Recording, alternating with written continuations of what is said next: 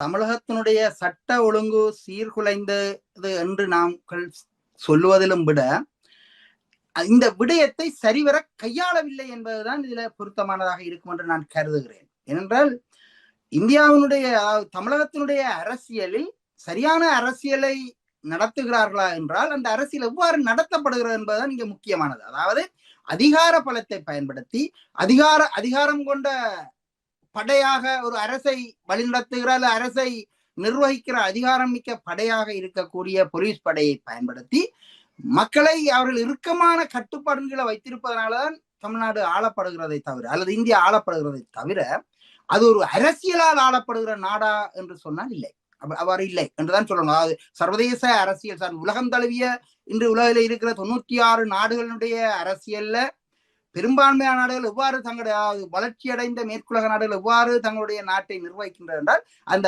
மக்களுக்கு இந்த சட்டம் ஒழுங்கு எவ்வாறு கடைபிடிப்பது அந்த மனசு இருக்கு, அந்த அறிவு இருக்கு, அந்த பார்வை இருக்கிறது. அப்படித்தான் வழிநடத்தப்படும். ஆனால் தமிழகமோ அல்லது இந்தியாவையோ பொறுத்தளவில் இந்தியாவினுடைய அரசியல் என்பது அல்லது ஆளுகை என்பது நிர்வாகம் என்பது அதிகாரத்தை பயன்படுத்தி கட்டுப்படுத்துவதாக இருக்கிறதை தவிர அது மக்களை அதிகாரத்துக்கு கட்டுப்பட வைப்பதாக இல்லை. மக்கள் சட்ட ஒழுங்குக்கு கட்டுப்பட்டவர்களாக வாழுவதற்கு பழக்கப்படாமல் சட்ட ஒழுங்கை பிரயோகித்து கட்டுப்படுத்துவதாக அமைந்திருக்கிறது. ஆகவே நாங்கள் இதை மிக கவனமாக பார்க்க வேண்டும். அப்ப இங்க சட்ட ஒழுங்கு சீர்குலைந்து விட்டது அல்லது தமிழ்நாட்டில சதி நடந்து விட்டது என்று பலவாறு பேசிக்கொண்டாலும் கூட இந்த ஊடகங்கள் எவ்வாறு இதை கையாளுகின்றன, தமிழகத்தினுடைய ஊடகங்கள், களத்திலே இருக்கிற ஊடகங்கள் எவ்வாறு கையாளுகின்றன என்பதைத்தான் பார்க்க வேண்டும்.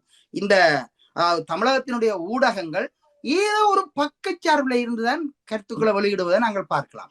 சட்ட ஒழுங்கை கட்டுப்படுத்துறது என்று நாங்கள் ஒரு எழுந்தமான அல்லது ஒரு பொதுவான சொல்லாடலை பயன்படுத்துகிற போது தமிழகத்திலோ இந்தியாவிலோ அப்படி இல்லை. சட்ட ஒழுங்கு எவ்வாறு கட்டுப்படுத்தப்படும் என்றால் அதிகாரத்தை பயன்படுத்துவது, அதாவது இந்த அதிகார பலத்தினாலதான் அது கட்டுப்படுத்தப்படுகிறது தவிர மக்களை அது அந்த அந்த சட்ட ஒழுங்குக்கு கட்டுப்பட்டதாக வாழ வைப்பதற்கான அந்த சூழல் இன்னும் அங்க வரவில்லை மக்கள் மத்தியில. அதுதான் இந்த இந்த அதாவது மரணங்களுக்கு காரணமாக இருக்கிறது.